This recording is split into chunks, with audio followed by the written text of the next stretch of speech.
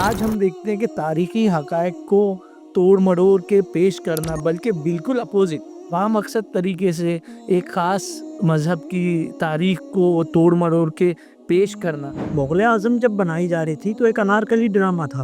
उन्होंने बिल्कुल नहीं सोचा था कि ये फ़िल्म इतनी हिट होगी या इतना पैसा कमा के देगी। अगर उनको ये ख़्याल होता तो वो शीश महल जैसा सेट इतना महँगा लगाते नहीं उस पर, उतना पैसा खर्च नहीं करते। तो उनको तो इसका उनका पैशन था। फिल्में अब बन गई प्रोपेगेंडा का हिस्सा। गवर्नमेंट से कोई भी फिल्म वाला पंगा नहीं लेगा।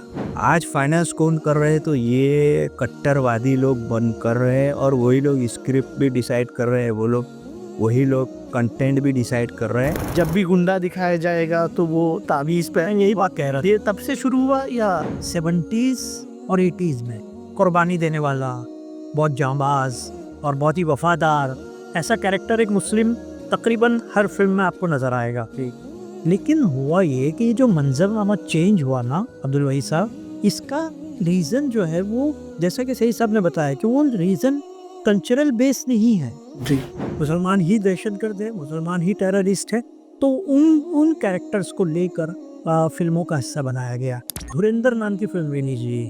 अब धुरंधर हम देखने जाते हैं तो पता ये चलता है कि पाकिस्तान की पॉलिटिक्स पर, पाकिस्तान के अंडरवर्ल्ड को लेकर वो फिल्म पूरी बनाई गई है। फेसबुक पर या सोशल मीडिया पे ये गर्दिश कर रहा है कि ये किसी कम्युनिटी के ख़िलाफ़ नहीं है, ये कोई मुस्लिम कम्युनिटी के ख़िलाफ़ फिल्म नहीं है, ये तो पाकिस्तान के अंडरवर्ल्ड पर फिल्म बनाई गई है। मैं कहता हूँ कि ठीक है आपकी बात, पाकिस्तान का अंडरवर्ल्ड है, लेकिन आपकी नीयत क्या है? छावा फिल्म में देख रहा था, फिल्म ख़त्म होने के बाद जो लोगों के चेहरे पे, अच्छे खासे अप टू डेट लोगों के चेहरे पे जो गुस्सा था कि औरंगज़ेब इतना क्रूएल हो सकता है, इतना ज़ालिम आदमी था और वो मुसलमान था, उसको एक कम्युनिटी से जोड़ दिया जाए। क्या फिल्म लाइन में भी जो इस किस्म के लोग बाकायदगी से वही रिपीटेड अनुपम खेर हो या अग्निहोत्री हो, इन लोगों ने मुसलसल ऐसी फिल्में बनाई और टैक्स फ्री करने के बावजूद वो पिटी गई। तो क्या ये आप कैसे देखते, समाज पर इसके असरात हो रहे हैं? नफरत को फैलाने वाले एक्टिव हैं कितने, हम लोग उतने एक्टिव नहीं हैं। अगर 4 लोग हमारे सामने नफरत को फैलाने वाले खड़े हैं तो 10 लोग अगर उनके सामने खड़े हो जाए ना, जो मोहब्बत की बात करें दे, तो वो नफरत ज़्यादा दिन तक टिक नहीं पाएगी। हमारी खामोशी, हमारे दानिश्वरों की खामोशी इस नफरत को और बढ़ावा दे रही है।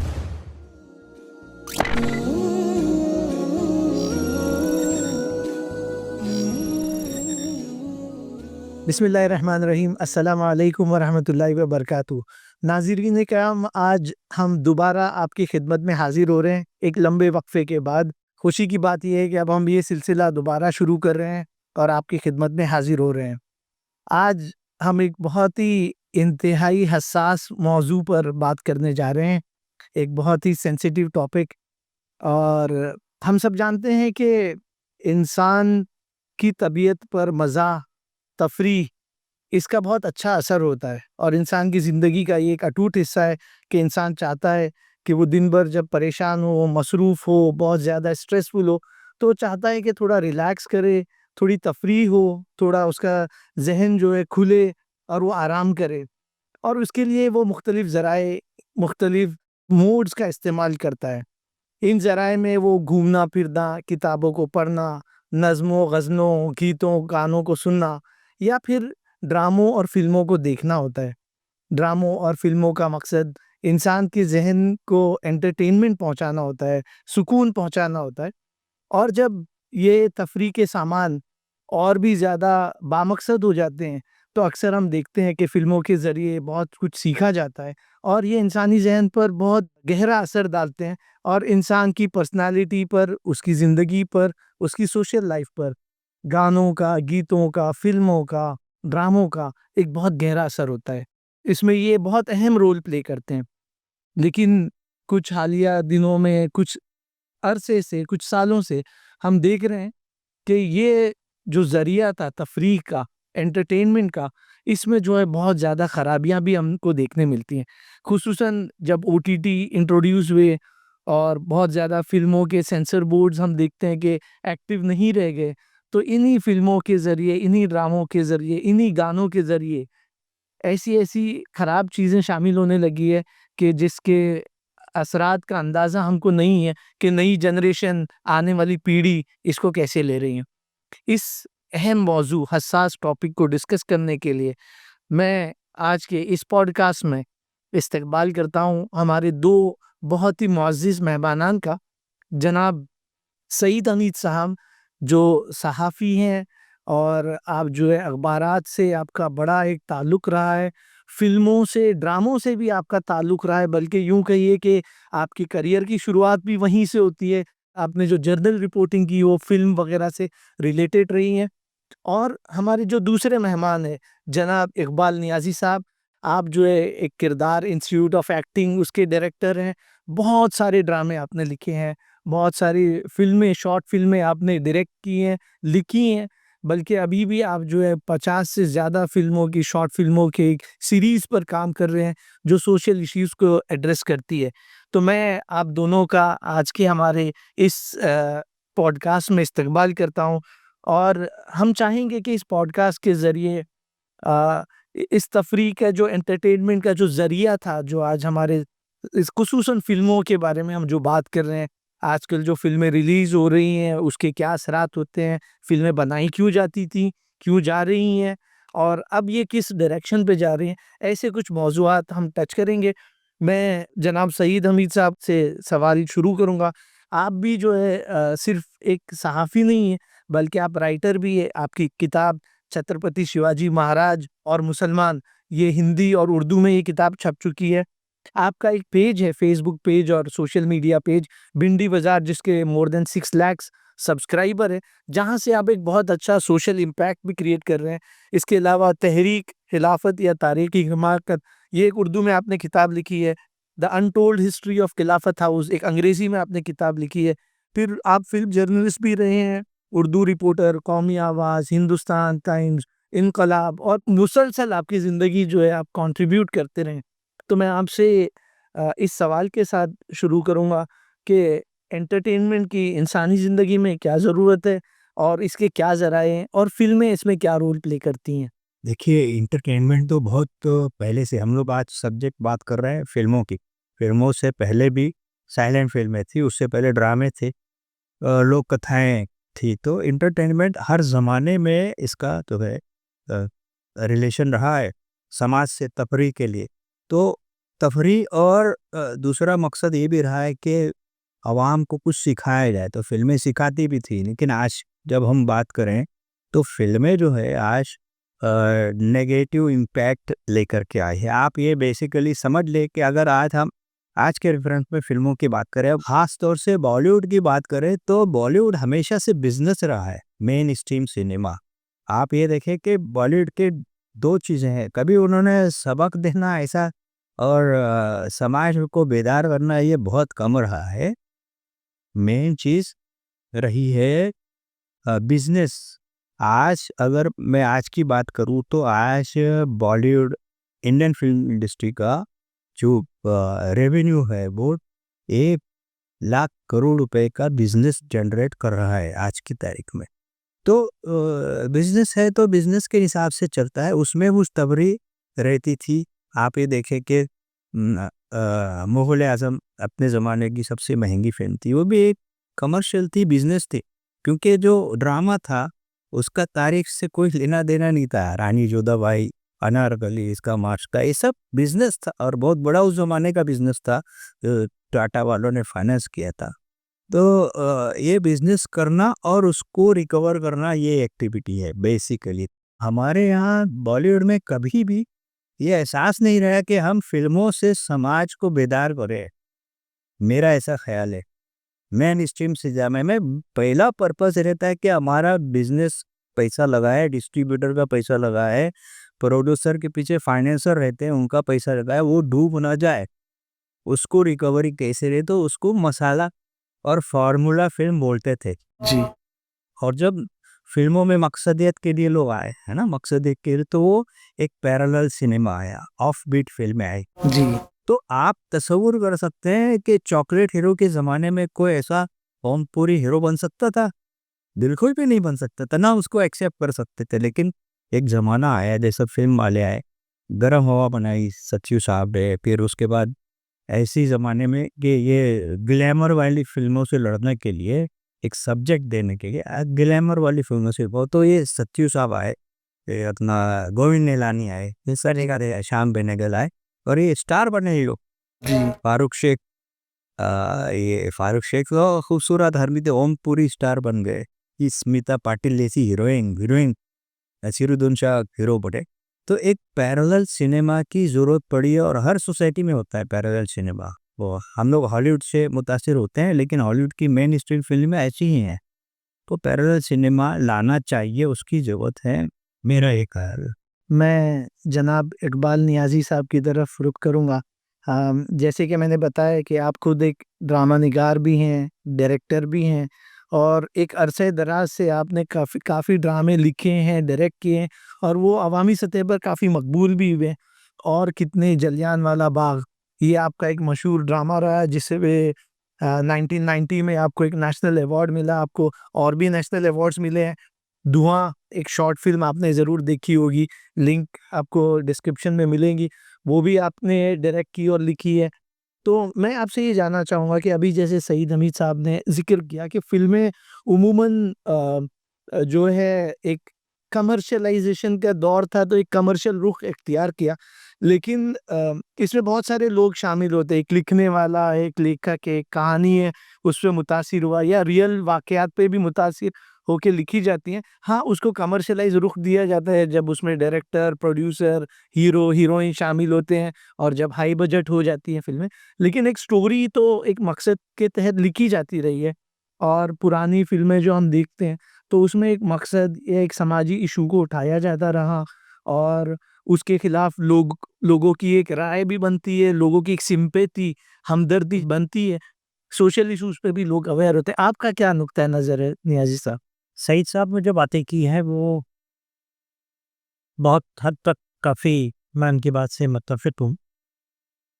और लेकिन ऐसा है कि शुरू से जहाँ से हमारा टॉकी शो हुआ, बोलती हुई फ़िल्म, पहली फ़िल्म आलम आरा से, तब से लेकर हम आज तक देखें तो सिनेमा को हमारे अक्सर समाज का आईना कहा जाता है। जी। कि समाज में जो कुछ हो रहा है या जैसा जो कुछ भी घट रहा है, उसको फ़िल्में जो हैं वो उस तरह से दिखाती हैं।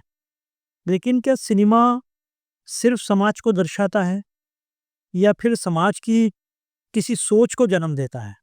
ये समाज को तब्दील करने की बात करता है या उसका इम्पैक्ट, उसके असरात आम ज़हनों पर क्या होते हैं?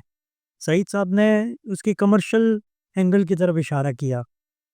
मैं तो ये कहना चाहूँगा कि एक ज़माना था, हम सिर्फ़ फ़िल्मों की बात क्यों कर रहे हैं, हम छोटे पर्दे की भी बात करें, जी।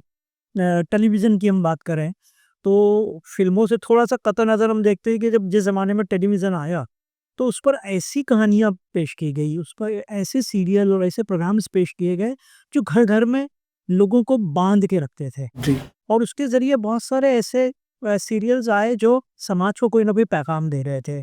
चाहे वो हम लोग हो या बुनियाद हो या तक़सीम-ए-हिंद को लेकर कुछ कहानियाँ थी वो पेश की गई। गुलज़ार साहब की कहानियाँ आती थी उसमें, सुनहरे पन्ने वग़ैरह। तो ये ऐसी कहानियाँ थी जो लिटरेचर को भी फ़रोग़ दे रही थी, अदब को फ़रोग़ दे रही थी। इसके अलावा उसमें इन कहानियों में कुछ पैगाम होता था, कोई मैसेज होता था। लेकिन उसके बाद फिर ये हुआ कि जैसा सईद साहब ने कहा कि दूरदर्शन का भी नक्शा बदल गया और धीरे-धीरे तो ये हुआ कि ओटीटी आने के बाद दूरदर्शन बहुत ही बैक फुट पे चला गया और ओटीटी को जितनी मर्ज़ी आई वो दंदनाते हुए उसने वो जितने सारे काम और जितनी फ़हाशी या जितना कहना चाहिए रॉन्ग इम्पैक्ट लोगों के ज़हनों पर पड़ना चाहिए, वो सारी चीज़ें ओटीटी ने वो फैलाई। क्योंकि उसको आज़ादी थी, वहाँ सेंसरशिप नहीं है। इसलिए खुलेआम गाली देना सीरियलों में या फ़हाशी या बोसो-किनार के सीन या सेक्सुअली जो है वो एक्सप्लॉइटेशन के सीन, बहुत सारी बुराइयाँ आई। इसको सबसे ज़्यादा ये समझने की बात है कि ये इन चीज़ों को सबसे ज़्यादा मुतासिर किन ज़हनों को किया है इन चीज़ों ने। तो हम देखते हैं कि हमारा यूथ, हमारा नौजवान, वो इन चीज़ों से सबसे ज़्यादा मुतासिर रहा और हमारी इस वक़्त की व्यूअर्स जो है ना, ऑडियंस है, वो ज़्यादातर जेन ज़ी है। जो जनरेशन आ रही है वो फ़िल्में भी वही देख रही है आज की, क्योंकि सिनेमा का मिज़ाज पूरा ये गुज़िश्ता एक दहाई में, बल्कि उससे ज़्यादा अरसे में सिनेमा का मिज़ाज पूरा बदल गया है। जी। अब वो वैसे राइटर नहीं रहे, वैसे डायरेक्टर नहीं रहे, वो सब्जेक्ट नहीं आ रहे हैं। सईद साहब की मैं इस बात से थोड़ा-सा इख्तिलाफ करूँगा कि कमर्शियल एंगल तो रहा, लेकिन उस दौर में भी जब लोग, अब जैसे मुग़ल आज़म की बात कही गई, मुग़ल आज़म जब बनाई जा रही थी तो एक अनारकली ड्रामा था जो फ़िक्शनल था, हकीकत से उसका हिस्ट्री से कोई असल ताल्लुक नहीं था। लेकिन जब कयासी बना रहे थे तो उन्होंने उसका कमर्शियल एंगल नहीं देखा था। उन्होंने बिल्कुल नहीं सोचा था कि ये फ़िल्म इतनी हिट होगी या इतना पैसा कमा के देगी। अगर उनको ये ख़्याल होता तो वो शीश महल जैसा सेट इतना महँगा लगाते नहीं उस पर, उतना पैसा खर्च नहीं करते। तो उनको तो इसका उनका पैशन था, एक जुनून था कि मैं एक अलग तरह का सिनेमा, एक हिस्ट्री है, उन्होंने उसको हिस्ट्री की नज़र से देखा कि मैं उसे पेश करूँ। हालाँकि बहुत बड़ा रिस्क था कि एक मुस्लिम बादशाह, अकबर बादशाह को लेकर, सलीम को लेकर, अनारकली को लेके एक कहानी, एक फ़िल्म पेश की जा रही थी। लेकिन उन्होंने वो रिस्क लिया क्योंकि वो पूरी तरह से कमर्शियल माइंड नहीं थे। अगर महबूब खान थे उस ज़माने या के आसिफ थे, ये लोग वो रिस्क ले सकते थे कि इनके सामने कमर्शियल एंगल बहुत ज़्यादा नहीं थे। हाँ, वो ये ज़रूर चाहते थे कि भई उनकी फ़िल्में चले या काम है। अब मदर इंडिया जैसी फ़िल्म, आप सोचिए मदर इंडिया का क्या कमर्शियल एंगल है। मदर इंडिया आज क्लासिक कल्ट का दर्जा रखती है, ऑस्कर तक चली गई। ये सारी बातें हुई, लेकिन वो फ़िल्मों ने समाज पर, हमारी सोसाइटी पर, हमारे ज़हनों पर असर किया। और आज इतने बरसों बाद भी, आज हम 70 साल, 80 साल बाद भी हम देखते हैं कि वो फ़िल्में उतनी ही हमारे लिए तरोताज़ा हैं। उनका असर आज भी हमारे ज़हनों पर उतना है। जब मुग़ल-ए-आज़म को कलर किया गया, सही साहब आपको याद होगा, तो कलर होने के बाद भी वो फ़िल्में लोगों ने उसी टूट तरीके पड़े थे देखने के लिए, जितना ब्लैक एंड व्हाइट देखी थी। तो ये उसका इम्पैक्ट, मैं सिनेमा का इम्पैक्ट बताना चाह रहा हूँ कि, और सिर्फ ऐसा नहीं कि उर्दू दा तबका या मुस्लिम ही क्राउड जाता था। मैंने मुग़ल आज़म के मद्दाहों में और उसके तारीफ़ करने वालों में ऐसे-ऐसे गैर मुस्लिम लोगों को देखा है, महाराष्ट्रन, गुजराती या जिनको उर्दू नहीं समझती थी, उन्होंने भी वो फ़िल्म को कई-कई बार देखा और उसके डायलॉग्स, उसके मुकालमे वो बोलते थे, उनको याद होते थे। तो इस तरह से उस ज़बान ने कम से कम उर्दू की तो खिदमत की। मुग़ल आज़म हम देख लें या अनारकली भी उस ज़माने में हुई, या उस ज़माने की कोई भी आप फ़िल्म उठा के देख लें, उन्होंने ज़बान और लिटरेचर, ज़बान और अदब को फ़रोग़ तो दिया। लोगों के समझ में तो आया कि अच्छा ये ज़बान उर्दू है। उर्दू में फ़िल्में बन रही थी उस वक़्त।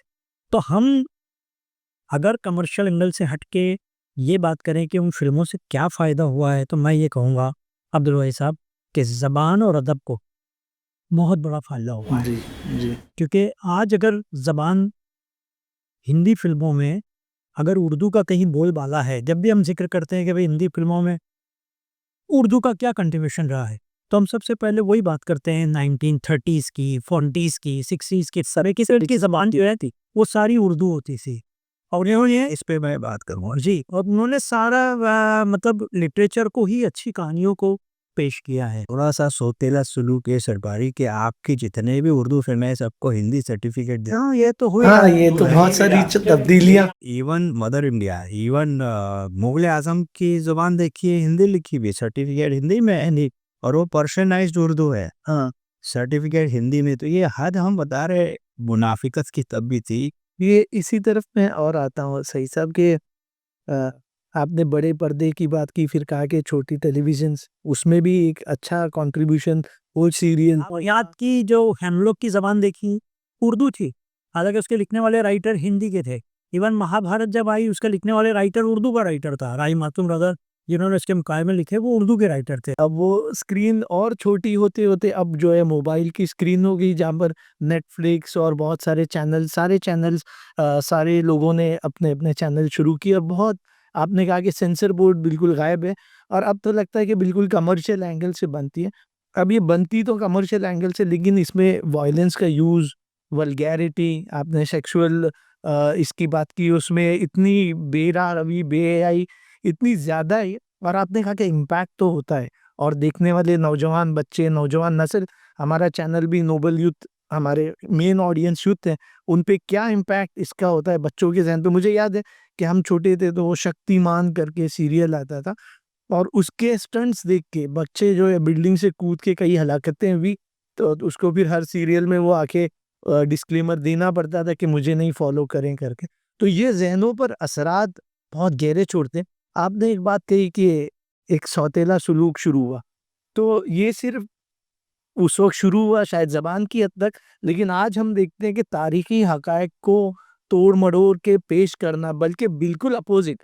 एक होता है कि फ़िक्शन कैरेक्टर ले लिया मुग़ल-ए-आज़म में तो एक उसको ड्रामाटाइज़ करने के लिए यूज़ किया गया।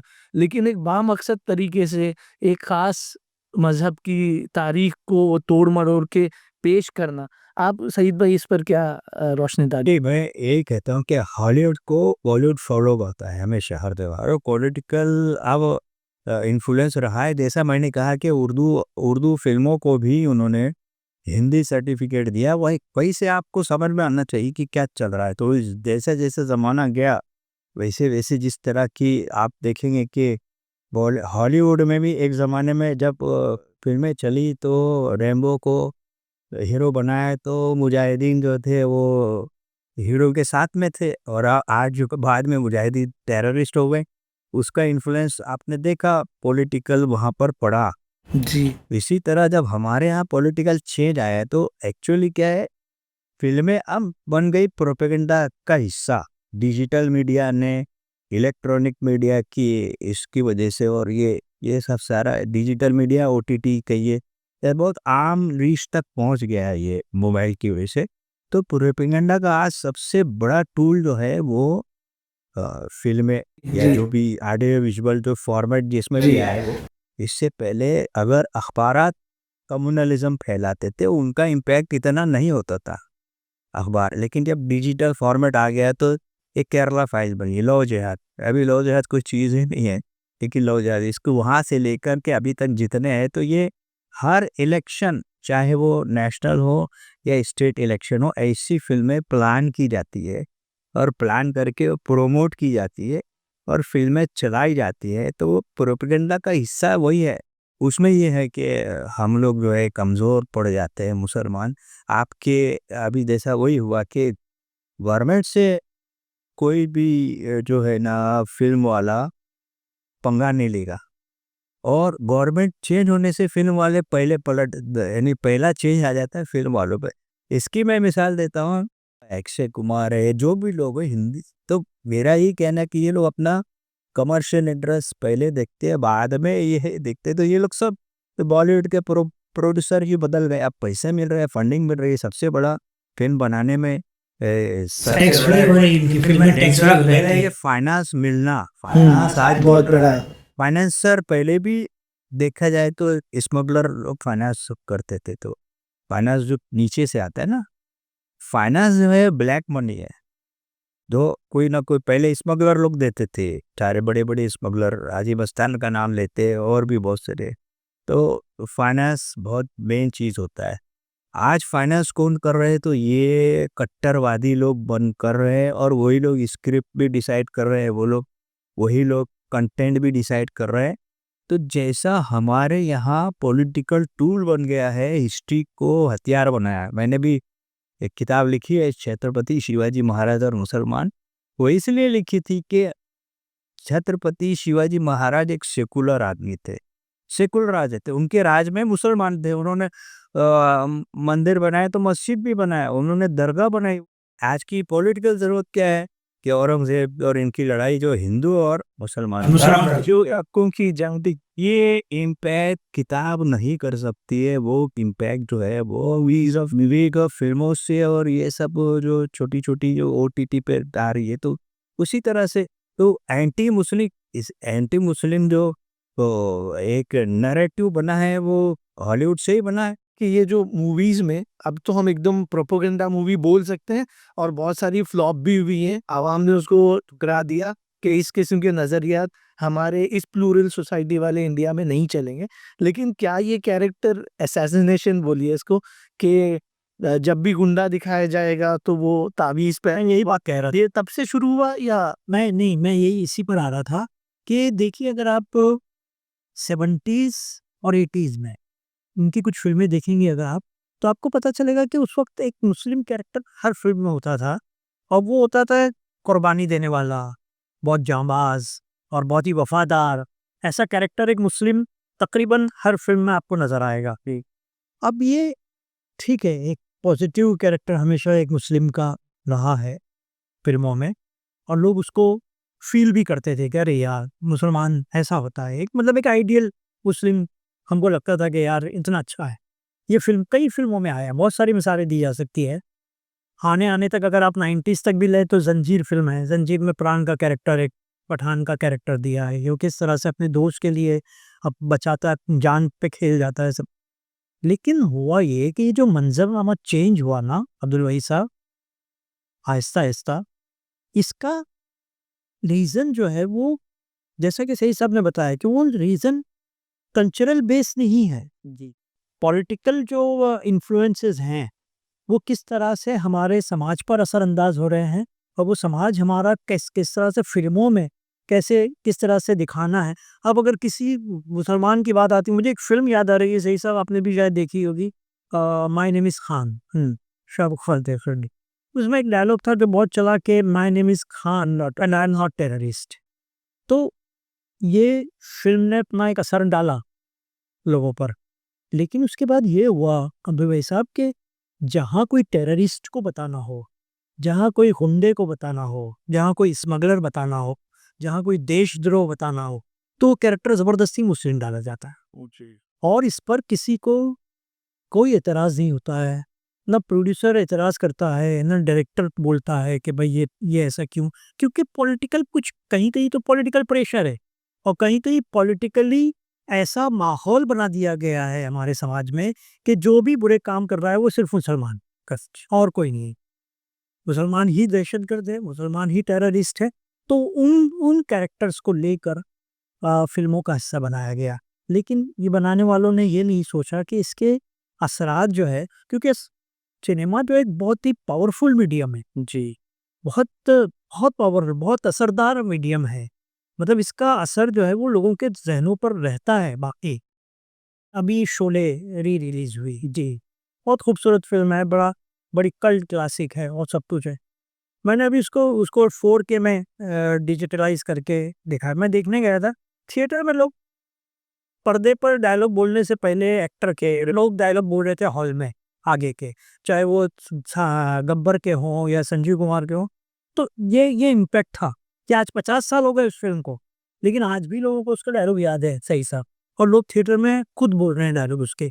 तो ये असर सिनेमा का मैं बता रहा हूँ आपको।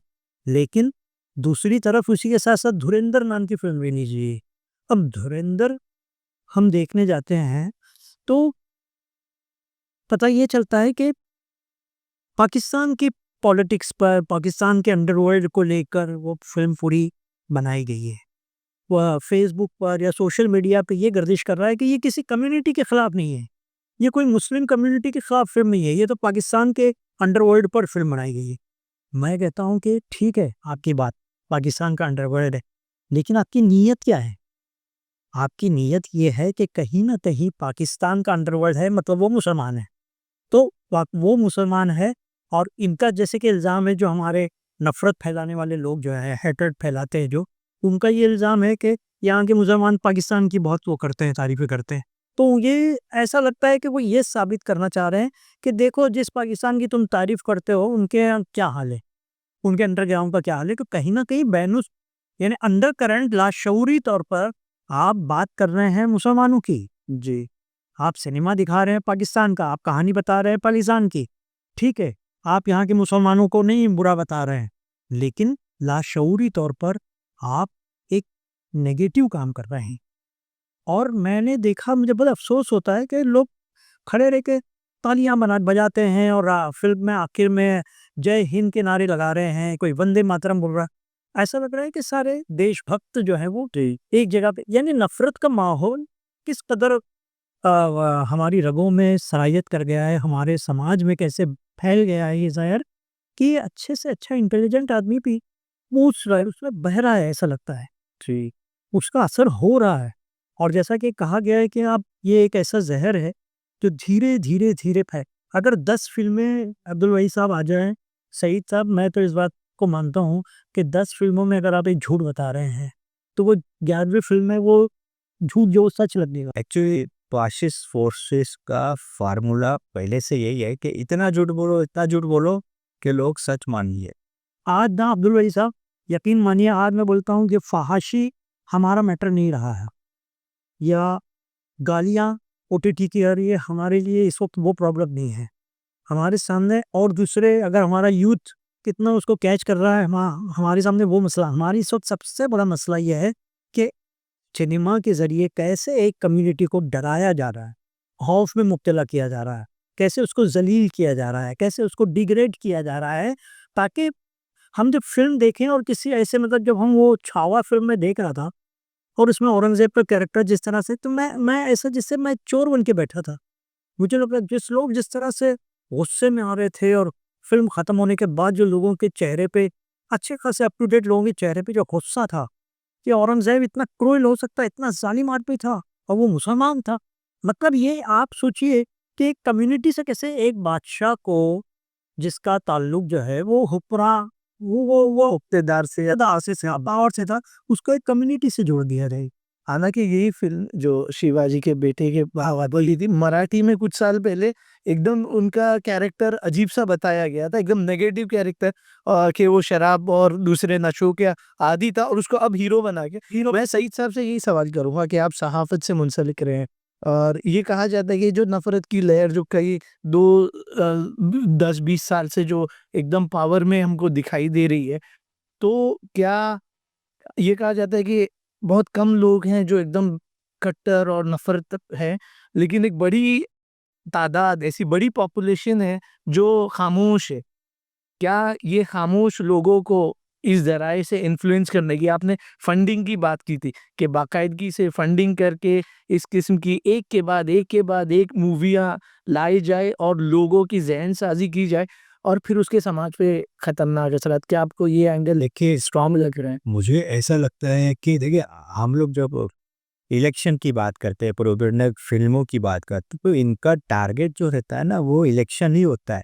पर आज भी जब पिछले इलेक्शन में तो पार्लियामेंट में, लोकसभा में सारी फ़िल्में आने के बाद भी 39-42 तक आए हैं, तो भी वो टोटल वोटर के 30% हो जाते हैं।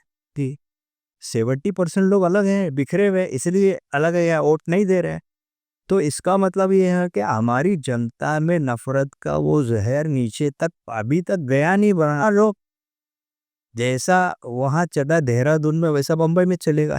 आप बम्बई में जाइए, दादर में मुसलमान बेच रहे, हिंदू खरीद रहे, भिंडी बाज़ार में आने वाले में हिंदू खरीदार है, ये बेच रहे हैं। अभी इलेक्शन आने वाला है तो मराठी गुजराती करना है रे, मराठी या गुजराती भी एक साथ रहे, तो उसका जो स्ट्रॉन्ग जो एक अपना इंडियन जो वो है सोसाइटी जो एक दूसरे पे डिपेंडेंट है। आपको मैकेनिक मिलेगा, अच्छा मैकेनिक कहाँ से मिलेगा? तो मुस्लिम मिलेगा। अगर आपको अच्छी एजुकेशन कहाँ से मिलेगी कि मैथ्स और साइंस का टीचर जो है तो वो हिंदू मिलेगा। ये इंटरेक्शन कभी ख़त्म नहीं होगा। तो इसके बावजूद भी आप देखें तो 45% अगले इलेक्शन में बीजेपी लेकर के आएगी। वो इस सबसे एसआईआर डिलीट करो, डिटेक्ट करो। आप तो मीडिया से भी जुड़े हुए हैं, तो आप तो प्रिंट मीडिया और इलेक्ट्रॉनिक मीडिया, आप दोनों के ज़िम्मेदार हैं।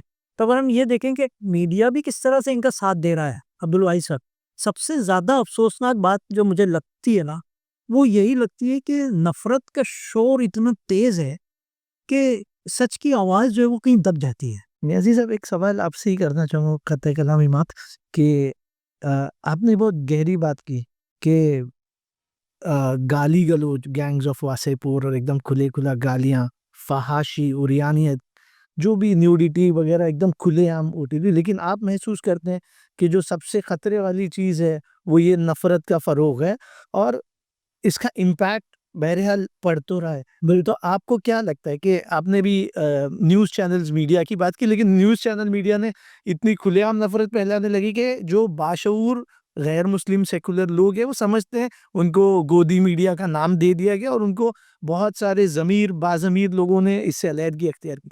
क्या फ़िल्म लाइन में भी जो इस किस्म के लोग बाकायदगी से वही रिपीटेड अनुपम खेर हो या दूसरे जो अग्निहोत्री हो, इन लोगों ने मुसलसल ऐसी फ़िल्में बनाई और बावजूद टैक्स फ्री करने के बावजूद वो पिटी गई। तो क्या ये आप कैसे देखते हैं, समाज पर इसके असरात हो रहे हैं या अभी भी समाज बेदार है और इस चीज़ को वो इनकार नहीं, करते हैं? देखिए फ़िल्में नाकाम हो रही हैं या कामयाब हो रही है, हमारे सामने इस वक़्त ये मसला नहीं है, देख लो भाई साहब। कश्मीर फाइल तो ख़ैर चली बहुत ज़्यादा। अ, उसने पैसे कमा के दिए बहुत उनको दुगना-तिगना। लेकिन कुछ फ़िल्में फ्लॉप भी हुई हैं, कुछ प्रोपेगेंडा फ़िल्में थी जो देखने ही नहीं गए हो। जैसे मैं खुद, मैंने अपने आप से अहद कर लिया है, मैंने अपने आप से वादा कर लिया है कि मैं ऐसी कोई फ़िल्म जाके नहीं देखूँगा। चाहे वो कितनी भी मुझे देखने की ज़रूरत पेश आए कि मुझे देखना चाहिए, मैं नहीं देखूँगा। क्योंकि मैं क्यों बिला वजह 500-600 रुपए खर्च करके एक ऐसी फ़िल्म को प्रमोट करूँ जो नफ़रत को बढ़ावा दे रही है, नफ़रत का प्रचार कर रही है। तो मैंने अपने, और बल्कि मेरी तो कोशिश ये रहती है कि अपने दोस्तों को भी रोकूँ ऐसी फ़िल्में देखने से, अपने घरवालों को भी रोकूँ, उनको भी मना करता था। खुद मेरी अहलिया ने कहा कि अरे आपको तो वो फ़िल्म देखनी चाहिए। मैं बोला नहीं, नहीं देखूँगा, ना मैं देखूँगा, ना मैं किसी को देखने दूँगा घरवालों को। तो हम इतना तो कर सकते हैं, हम अपने तौर पर इतना कर सकते हैं। लेकिन अब्दुल भाई साहब, इसमें एक सबसे अहम बात ये है, मैं थोड़ा-सा ऑप्टिमिस्टिक होना चाहिए था, थोड़ा-सा पुरुम्मीद हूँ कि ये जो बुलबुला उठा है ना, इस तरह का कम्युनल रंग जिस तरह से हमारे कल्चर पर हावी हो रहा है, खुदा का शुक्र है कि ड्रामों पर अभी वो बात नहीं आई है, स्टेज ड्रामों पर। हालाँकि मैं एक बात आपको थोड़ा-सा एक अलग बात करना चाह रहा हूँ सही साहब। हमने कुछ दिन पहले एक ड्रामा मैंने किया था, हम कागज़ नहीं दिखाएँगे, इस टाइटल से। तो वो 3 नज़्में थी हिंदी हिंदी की। मैंने उन 3 नज़्मों को एक कर दिया था और वो मुसलमान थे, एक नज़्म का नाम था, एक नज़्म थी हम कागज़ नहीं दिखाएँगे। तो इस तरह से मैंने 3 नज़्मों को एक यकजा करके एक ड्रामा शो बनाया था, इस प्ले। तो वो प्ले कुछ लोगों को तो बहुत अच्छा लगा। हम उसमें कुछ ज़ाहिर-सी बात है ऐसे लोग भी आ गए थे जिनको वो उसका मैसेज, उसका पैगाम अच्छा नहीं लगा। तो ड्रामे के आखिर में ऐसे 2 लोग खड़े हो गए थे ख़त्म होने के बाद। जब मैं स्टेज पर आके अपने अदाकारों का तारुफ करा रहा था, तो 2 लोग खड़े हो गए। उन्होंने बाकायदा ये कहा कि ये आपने जो दिखाया है, ये आप इसका क्या सबूत है? इसमें ये जो बातें कही गई है, क्या सबूत है? आप गलत प्रोपेगेंडा कर रहे हैं, गलत बात कर रहे हैं, ऐसा कर रहे हो। तो मैं कुछ कहना चाहता तो मेरे बोलने से पहले ही मेरे आर्टिस्टों में से एक एक नौजवान अदाकार था, उसने रोक दिया मुझे। सर बोले मैं बता, उसने अपना सारी बातें, उसको जो जवाब देना था उसे दिया ही। कहने का मकसद ये है, मैं आपको बताना ये चाह रहा हूँ इसका कि 2 लोग जो नेगेटिव थॉट रखते हैं, जो मनफ़ी सोच रखते हैं, जो ड्रामा देखने आते हैं, वो तो खड़े रहकर बोलते हैं। लेकिन वहाँ पे 10 लोग वो थे जो हमारी बात से मुत्तफ़िक थे, जो हमारी सोच के लोग थे। उनमें से कोई नहीं खड़ा हुआ। किसी ने ये नहीं कहा कि हाँ, नहीं इन्होंने जो कहा किया है, वो अच्छा किया है। इन्होंने एक ह्यूमैनिटी की बात की है, इन्होंने एक इंसानियत का दर्स दिया है। इन्होंने कोई हिंदू-मुसलमान की बात नहीं की है, एक पैगाम दिया है कि भई इंसानियत बड़ी चीज़ है, हिंदू और मुसलमान कुछ नहीं होता है। तो ऐसा कोई उसमें लोग जो ऑडियंस में बैठे थे, हाउसफुल शो था, किसी ने खड़े रहकर उनका जवाब नहीं दिया, या हमको सफाई देना पड़ी है मेरे आर्टिस्ट को, वो ऑडियंस में से किसी ने नहीं किया। तो मैं कहना ये चाहता हूँ कि देखिए नेगेटिव फोर्सेस जो है ना, वो ज़्यादा एक्टिव हैं बनिस्बत हमारी पॉजिटिव। हमारी खामोशी, हमारे दानिश्वरों की खामोशी इस नफ़रत को और बढ़ावा दे रही है। अगर हम पॉजिटिव सोच रखने वाले या मस्बत सोच रखने वाले, हम खड़े रहकर उसका विरोध करें, उसके मुखालिफत में बातें करें, हम सिर्फ़ अखबारों में लिखने से नहीं हो। आज देखिए सोशल मीडिया पे आप खोलेंगे, आपको चारों तरफ धुरंधर, धुरंधर, धुरंधर की बातें हो रही है। हर तरफ कोई पॉडकास्ट कर रहा है, कोई न्यूज़ दे रहा है, कोई उसका अक्षय खन्ना की तारीफ़ कर रहा है, कोई स्क्रिप्ट की तारीफ़ कर रहा है। यानी सारे लोग बात कर रहे हैं, लेकिन कोई भी एक शख्स ऐसा नहीं, किसी की पोस्ट में नहीं पढ़ पा रहा हूँ, जो उस फ़िल्म के जो मनफ़ी इम्पैक्ट है, जो नेगेटिव इम्पैक्ट है, उसकी बात कर रहा हूँ। कि भाई इस फ़िल्म ने अचानक क्यों इस तरह का ये क्यों पाकिस्तान के अंडरवर्ल्ड पे जाकर क्यों बात कर रहे हैं ये लोग, इंडिया में रहते हुए? वहाँ का अंडरवर्ल्ड क्यों दिखा रहे हैं आप? क्या आपके अपने पास कम है हिंदुस्तान में? तो हमारा फ़र्ज़ ये बनता है अब्दुल वही साहब, मैं ऐसा मानता हूँ कि अगर 4 लोग हमारे सामने नफ़रत को फैलाने वाले खड़े हैं, तो 10 लोग अगर उनके सामने खड़े हो जाएँ ना, जो मोहब्बत की बात करें भी, तो वो नफ़रत ज़्यादा दिन तक टिक नहीं पाएगी। बहुत स्ट्रॉन्ग मैसेज है आपका नियाज़ी सर। बल्कि दूसरे जो अगर धुरंधर फ़िल्म की बात लें तो जो यंग ज़हनों पर, छोटे ज़हनों पर वॉयलेंस का जो इनसेंसिटिवनेस बढ़ रही है जी बच्चों में, और उसमें हम देखने मिलेगा आगे अगर इसको रोका नहीं गया इस स्टेज पर। मैं अगले उसके हिस्से की तरफ जाऊँगा। नफ़रत, मैं सिर्फ़ एक जुमला बोलूँगा कि नफ़रत जब भीड़ बन जाती है ना अब्दुल भाई साहब, जी, तो सच अकेला रह जाता है। तो सच को अकेला नहीं रहने देना है हमको। नफ़रत की भीड़ कितनी ही बढ़ जाए, जब तक सच स्ट्रॉन्ग होकर सामने नहीं आएगा, नफ़रत इसी तरह बढ़ती रहेगी, उनकी भीड़ इसी तरह बढ़ती रहेगी। नियाज़ी साहब ने ये मैसेज हमको दिया ऑडियंस के, जब तक सच अकेला रहेगा और नफ़रत की भीड़ बढ़ जाएगी तो ये बहुत एक खतरे की अलामत होगी। ऐसे में नौजवान नस्ल खुद बहुत सारे यूट्यूब इन्फ्लुएंसर बन रहे हैं, और हम अभी ऑफ द स्क्रीन ये भी बात कर रहे थे एआई वगैरह की मदद से बहुत सारी चीज़ें आसान हो गई है। लोग खुद क्रिएटर बन सकते हैं, अपने मैसेज को फैलाने के लिए ओपन प्लेटफ़ॉर्म दिया गया है। तो सईद साहब आपने खुद जो भिंडी बाज़ार वाला पेज शुरू किया और उसपे 6 लाख सब्सक्राइबर हैं जिसके ज़रिए आप मैसेज देते हैं। आप क्या हमारे व्यूअर्स को, यंगस्टर्स को क्या मैसेज देंगे कि इस इन इन इश्यूज़ का किस तरीके से जवाब दिया जाए? किस तरीके से इस हिंदुस्तान के पीसफुल माहौल को पीसफुल रहने दिया जाए, और जो करप्ट माइंड्स हैं, जो कल्प्रिट हैं, पॉलिटिकल मोटिव्स रखते हैं, प्रोपेगेंडा करना चाहते हैं, उनको कैसे जवाब दिया जाए? मैंने पैरेलल सिनेमा की बात जब कही तो मुझे अनुराग कश्यप की वो बात आई जब उन्होंने कई प्रोग्राम में कहा था कि जब स्मार्ट अपना अपना ये फ़ोन आया था एप्पल का, इससे आप एक फ़िल्म बना सको। आज मैंने आपसे बात की एआई से ही आप गाने बना रहे हैं, मैंने खुद कुछ गाने बनाए हैं, इसमें आपका स्टूडियो ख़त्म हो गया, रिकॉर्डिंग ख़त्म हो गई, वॉइस सिंगर ख़त्म हो गए, जो सिंगर सोनू निगम को लो तो गाना चलेगा, वो 10 लाख 20 लाख लेगा, म्यूज़िक डायरेक्टर ख़त्म हो गया, ये ख़त्म हो गया। तो मुझे ये लग रहा है ये आगे चल कर के आम आदमी का एम्पावरमेंट शुरू हो रहा है एंटरटेनमेंट इंडस्ट्री में। क्योंकि ये फ़िल्में को बना रहे ये लोग, फंडिंग क्यों चाहिए कि ये बन जाती है, स्टार जो है वो 10 करोड़ लेगा और फिर प्रोडक्शन पे 10-20 करोड़ जाएगा। तो 50 करोड़ की फंडिंग का कोई वीकर सेक्शन का एससी, एसटी, ओबीसी माइनॉरिटी वाला कोई फ़िल्म बना सकता है? कोई भी नहीं बना सकता। आपको सिर्फ़ टैलेंट की ज़रूरत है और गाइडेंस की ज़रूरत है। तो जब ये एम्पावरमेंट अभी कैमरा में आएगा, जब ये प्रोडक्शन में आएगा तो मालूम पड़ेगा कि ये बहुत अच्छा आपने एक फ़िल्म बनाई और मालूम पड़ा वो 2 लाख में बना दी। अच्छी फ़िल्म जो ये इनकी इम्पैक्ट करेगा तो ये आगे चल कर के टैलेंट बेस्ड हो जाएगा। अभी फाइनेंस बेस्ड है और जब टैलेंट बेस्ड हो जाएगा तब ये इम्पैक्ट करेगा कि वो कंटेंट, जिस कंटेंट में दम होगा वही चलेगा।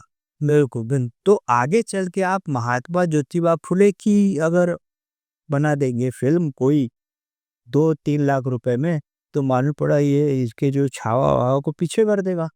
तो इनका जो हथियार वो हथियार से ही टुकड़ा ही घुसेगा, लेकिन टाइम को वेट कर। तो मैं आगे वाले जो नौजवानों को ये कहूँगा कि ये जो एआई आया है और फ़िल्म मेकिंग है, फ़िल्म मेकिंग एक आर्ट है और जो अपने लोग हैं उनके ज़रिए से वो आर्ट को सीखिए, तो ये एम्पावरमेंट का ज़माना बहुत करीब आ गया और अपना कंटेंट दें। ओटीटी वाला तो क्या है, वो किसी का बंदा नहीं है। हाँ, उनको तो उनको कंटेंट चाहिए, वो जितना इस पे व्यू होगा तो उतना व्यूज़ से उसको उसको पैसे मिल ही आ रहे हैं, वैसा नहीं। तो बेहतरीन कंटेंट के लिए बहुत अच्छा ज़माना आ रहा है। एक आप आईफ़ोन लो, 5-6 एक्टर लो और एआई से आप जनरेट करो, म्यूज़िक जनरेट करो, प्रोडक्शन जनरेट करो। बहुत अच्छी फ़िल्म जो केरला फाइल्स का जवाब हो, जो किसी का भी फाइल हो। इकबाल नियाज़ी साहब ने पहले ही इसमें इनिशिएटिव लिया, व्यूअर्स को मैं बताऊँ कि आप शायद एट अ टाइम 50 शॉर्ट फ़िल्में बना रहे हो, इसमें से 35 हो भी चुकी है। 35 शूट हो गई है और 35 में से 30 फ़िल्में ऐसी हैं, अब्दुल वहाब साहब आप देखेंगे यूट्यूब पे बहुत जल्द रिलीज़ होंगी, कि वो 35 में से 30 फ़िल्में कोई ना कोई मैसेज दे रही है, सबक काम हो जाए। किसी में हमने ड्रग्स को लेकर वो किया है, जागृति पैदा करने की कोशिश की है। कहीं पर हमने अखलाकियात को, एथिक्स को जो है नौजवानों को समझाने की कोशिश की है। कई रिश्तों को, रिलेशनशिप को लेकर हमने बात की है। तो सभी फ़िल्में हमने कोई तफरीह के लिए नहीं बनाई है वो फ़िल्में। हमारे जो प्रोड्यूसर है ताजुद्दीन हमदुल्ले साहब, वो इस मामले में बहुत ही स्ट्रिक्ट है और उन्होंने बहुत सख्ती से कहा था कि इकबाल साहब मेरे को इसमें कोई प्रॉफिट नहीं चाहिए, मैं जो भी खर्च कर रहा हूँ ये 50 फ़िल्मों पर, मुझे कोई मुनाफ़ा नहीं चाहिए, बस मैं चाह रहा हूँ कि एक अच्छे मैसेज के साथ फ़िल्में बनें। जी। और अच्छे मैसेज होगा, अच्छी फ़िल्में बनेगी तो वो लोगों पर असर करेगी। जब हमारा चैनल एक के बाद एक फ़िल्में डालता जाएगा, तो वो यकीनन लोगों के ज़हन पर असर ये क्योंकि मेरी भी सोच ये है, मुझे भी ऐसा लगता है कि अगर हम मुसलसल कोई काम ऐसा नहीं कि आज हमने एक फ़िल्म डाली और फिर 1 साल के बाद हम दूसरी डालेंगे, तो वो मैसेज जो हमारा है, वो धुल जाता है, वो धुंध हो जाता है, पूरा कहीं न कहीं खो जाता है। तो मुसलसल हमको ज़रूरत इस बात की है अब्दुल वही साहब कि हम अपने पैगाम को ले जिस तरह से नफ़रत को फैलाने वाले एक्टिव हैं जितने, हम लोग उतने एक्टिव नहीं हैं। हम जो बात मोहब्बत की, इंसानियत की करते हैं, हम लोग उतने उनके मुकाबले में एक्टिव नहीं है। जैसे मैंने कहा कि वो भीड़ है और हम अकेले हैं, तो वो भीड़ मिल के काम कर रही है और हम अकेले जो है वो कुछ कर नहीं पा रहे हैं। तो जब तक कि हम अकेले रहकर भी अगर मुसलसल काम नहीं करते रहेंगे, तो हमारी बात उन तक नहीं पहुँचेगी और हमको एजुकेट करने की ज़रूरत है। रही बात आपने जो नौजवान ऑडियंस वाली बात कही थी ना, यूथ की हमारे, उनके ताल्लुक से मैं एक बात कहूँगा सही साहब, एक टर्म है अपने यहाँ मीडिया लिटरेसी। हमारे यहाँ एक प्रॉब्लम ये हुआ कि हमने जो है वो नौजवान नस्ल को जो व्यूअर्स है, ऑडियंस है हमारी, चाहे वो सिनेमा की हो या ओटीटी की हो या टेलीविज़न की, हमने मीडिया लिटरेसी उनको नहीं बताई। जी। हमने नहीं समझाई। हमने उनको इस बात की आज़ादी दी कि आप जो देख रहे हैं वही सच है। सिनेमा वालों ने हमारे जो सिनेमा के लोग हैं उन्होंने नौजवानों को ये जो परोस दिया उनके सामने, उनको लगा यही सच है। ज़रूरत थी कि हमारे नौजवान को जो हमारी जो जेन ज़ी है, नई नस्ल है, उनको हम लिटरेट करते कि मीडिया देखिए ये सब फैलाया हुआ जाल है मीडिया का। ये जो आप देख रहे हैं ये झूठ है, ये सच नहीं है, ये सब इसको एक्ज़ैगरेट करके बताया जा रहा है। बहुत ज़्यादा आपको सिनेमा तक खींचने के लिए आपके लिए एक कशिश उसमें पैदा की जा रही है। तो ये मीडिया लिटरेसी जब तक हम अपनी नई नस्ल में नहीं लाएँगे ना, बल्कि मैं तो आगे बढ़ के थोड़ा-सा हो सकता है कि मेरे सुनने वाले इस बात पर मुझे बहुत बेवकूफ़ भी कहें, एतराज़ करें, लेकिन आगे मुझे लगता है कि मेरी इस बात को माना जाएगा कि मैं तो ये कहता हूँ कि जो नस्ल स्कूलों में और कॉलेजेस में भी है, वहाँ पर हमको नौजवानों को मीडिया लिटरेसी समझाना चाहिए। एक एक कहना चाहिए सिलेबस के तौर पे ऐसा। उनके ज़हन साज़ी करनी बहुत ज़रूरी है कि आप जो देख रहे हैं उसको सच मत समझिए। सही, ये सच नहीं है। मैं आपको अभी बताऊँ मैं कल में हम लोग मैं मेरी फैमिली के साथ बैठा था, खाना खा रहा था, वहाँ कोई यंग लड़के ऐसे बैठे थे। वो सारे नौजवान डायलॉग्स बोल-बोल के हँस रहे थे। अब वो डायलॉग्स किसके थे? उस फ़िल्म का जो नेगेटिव कैरेक्टर है रहमान डकैत, अच्छा। उसके डायलॉग बोल-बोल के हँस रहे हैं। वो कैसा डायलॉग बोला था? यानी आज हमारे नौजवानों के लिए हीरो कौन हो गया है? वो विलन हो गया है फ़िल्म। फ़िल्म का जो हीरो है, जो स्पाई है, हिंदुस्तान का जासूस है, वो उनका हीरो नहीं है। जी। उनका हीरो हमारी नई नस्ल का हीरो कौन है? वो विलेन फ़िल्म का, रहमान टके, जो गलत ज़बान बोल रहा है या गलत बातें कर रहा है, वो बोल रहा है कि मैं इस तरह से मार दूँगा और मैं इस तरह से और उसका जो ज़ुल्म बताया है वो हमारी जनरेशन नौजवानों की उसको लेकर खुद वैक्स तो वो असर ज़्यादा कर रही है ना नेगेटिव चीज़ें। तो ये लिटरेसी बहुत ज़रूरी है हमारे नौजवानों को समझाना, ऐसा मैं मानता हूँ और इसके लिए कॉलेज और स्कूलों को इनिशिएटिव लेना चाहिए कि हम उनको मीडिया की लिटरेसी समझाएँ। सिनेमा उनको बताया जाए कि सिनेमा है क्या? सिनेमा की समझ उनमें पैदा की जाए। ऐसा वो सिर्फ़ सिनेमा को तफ़रीह का ज़रिया ना समझें। वो ये समझें कि सिनेमा भी ज़िम्मेदारी का काम है, रिस्पॉन्सिबिलिटी है, एक सोशल रिस्पॉन्सिबिलिटी है, समाजी ज़िम्मेदारी है और अगर ये जो कुछ भी बताया जा रहा है तो इसमें सच्चाई कितनी % है, हमको इसकी जाँच करनी चाहिए। ये नौजवानों को जब तक कि पता नहीं होगा, हमारी नौजवान नस्ल जो है, वो उसका मज़ा लेती रहेगी और हम एक तबाही के रास्ते की तरफ बढ़ते रहेंगे। अब मैं सिर्फ़ एक बात भाई साहब कहना चाहूँगा आखिर में, सईद साहब ने बहुत अच्छी एक बात कही है, थोड़ा इस पर हमको गौर करने की ज़रूरत है कि अ, एआई हमारे पास एक टूल आया है, अगर हम इससे थोड़ा-सा अवेयर हो जाएँ, थोड़ा-सा इसके ताल्लुक से बेदारी आ जाए हमारे नौजवानों में, तो एआई के ज़रिए बगैर फंड के जैसा सईद साहब ने कहा कि फंडिंग बहुत ज़रूरी होती है, प्रोड्यूसर होना फंड जो क दे या फाइनेंस से बहुत ज़रूरी होता है, लेकिन एआई एक ऐसी चीज़ है जो कम से कम फन में, बल्कि नील कहीं-कहीं तो नील में आप एक अच्छा कंटेंट, आपके पास कंटेंट होना चाहिए। अगर आप अच्छा कंटेंट देते हैं तो एआई के ज़रिए आप बहुत कम पैसों में एक अच्छी चीज़ बना सकते हैं। दूसरी बात, पहली बात तो ये हुई। दूसरी बात ये है कि आप लोग भी उस पर काम कर रहे हैं, मुझे बहुत खुशी है। शॉर्ट फ़िल्में, जी। हम अगर शॉर्ट फ़िल्मों के ज़रिए, जैसा मैंने अभी 50 फ़िल्में बना रहा हूँ, अगर आप लोग भी शॉर्ट फ़िल्मों को लेकर, सही साहब के पास बहुत अच्छे सब्जेक्ट हैं, जी, जो वो एक यानी मस्बत सोच के, जो गौर व फ़िक्र करने वाले, जो बहुत ही एक हसास मौज़ूआत को लेकर हैं। तो अगर अभी सपोज़ मिसाल के तौर पे मैं बताऊँ, बुलडोज़र पर हमारे पास एक कहानी है, छोटी-सी, कि बुलडोज़र ने कैसे तबाही मचाई और कैसे-कैसे घरों को उजाड़ दिया। मतलब हिंदू हो या मुसलमान, इसमें कोई मज़हब की बात नहीं है। लेकिन एक बुलडोज़र कल्चर जो आया है, जिस तरह से तबाही मचा, उसको लेके एक बहुत अच्छा सब्जेक्ट है, एक यूनिक। तो अगर ऐसी शॉर्ट फ़िल्में हम बनाएँ और रेगुलर बनाते रहें, तो उसका इम्पैक्ट आज ना सही, साल भर बाद, 2 साल बाद ज़रूर होगा। और हमको इसी मस्बत सोच के साथ चलना चाहिए कि हम जो काम कर रहे हैं, इसके असरात देर पा होंगे, दूर-रस निकलेंगे, बिल्कुल इसके नताइज जो है, वो दूर-रस होंगे। ताख़ीर से होंगे, लेकिन होंगे ज़रूर। तो कोशिश ये करनी चाहिए हमको सबको मिल के। और सईद साहब का मशवरा तो मैं चाहूँगा कि मैं भी एआई पे, हमने सोचा है कि हम कुछ 4-5 फ़िल्में हम एआई पे करेंगे। 37 तो बन चुकी, तो बाकी जो 15 है, तो हम 4-5 फ़िल्में हम सोच रहे हैं कि एआई की मदद। बहुत आसान ही हो गया।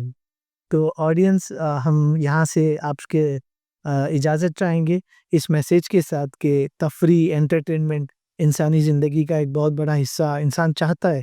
स्पेशली आज के स्ट्रेसफुल दौर में, जहाँ बहुत ज़्यादा परेशान है इंसान, वो चाहता है कि कुछ तफरी का सामान हो, लेकिन उस तफरी में अगर ज़हर घोल दिया जाए, तो फिर ये आपके लिए मुज़िर होगा, ये आपकी आने वाली नस्लों के लिए मुज़िर होगा। इसके लिए हमें अभी उठ खड़ा होना होगा।